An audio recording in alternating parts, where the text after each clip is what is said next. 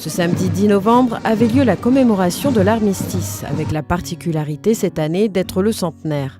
La cérémonie a débuté avec l'accueil par le général Guy Loiseau, puis la montée des couleurs avec la fanfare de Saint-Malo.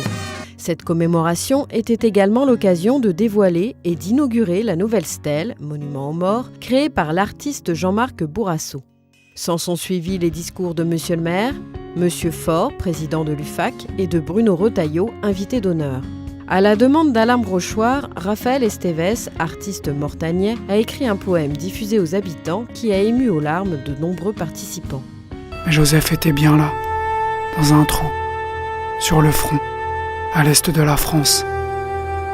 Et ce cri était celui d'un obus qui venait de s'écraser, tellement près qu'il avait senti éclabousser sur son visage des crachins de boue, tellement près qu'il vit exhumer des cadavres ensevelis de la veille. Mais comment la terre ne se brise-t-elle pas ?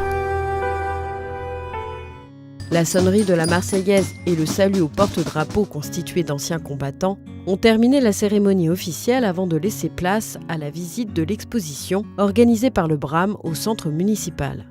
Cette exposition retraçait à travers des mises en scène créées avec des objets et des photos de mortagnais les différents conflits mondiaux qui ont eu lieu à partir du conflit russe en passant par la Première et la Seconde Guerre mondiale, la guerre d'Indochine et enfin la guerre d'Algérie. Devant chacun des tableaux, un enfant lisait l'histoire d'un mortagnais ayant participé au conflit représenté. Moi j'ai été très impressionné au-delà du monument par tout ce qui a été fait autour, c'est-à-dire le très très beau poème de Raphaël Esteves qui est vraiment absolument magnifique. Et puis avec le BRAM, avec Olivier et puis tous les bénévoles du BRAM, c'est très très belle exposition avec des objets du quotidien.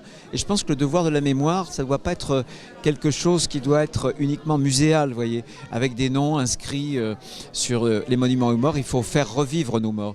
Et je pense que le poème de Raphaël, tout comme cette exposition, avec des objets qui nous permettent finalement de nous transporter dans cette époque, rendent actuel ce devoir. Et j'ai beaucoup apprécié la présence des enfants. Je pense qu'un devoir de mémoire qui oublierait précisément la transmission aux plus jeunes générations louperait son but. Voilà, en tout cas, 1000 bravos, c'était à la fois émouvant, il y avait aussi une forme de convivialité et je trouve que c'est comme cela qu'on doit fêter nos morts et puis en même temps ces grands anniversaires.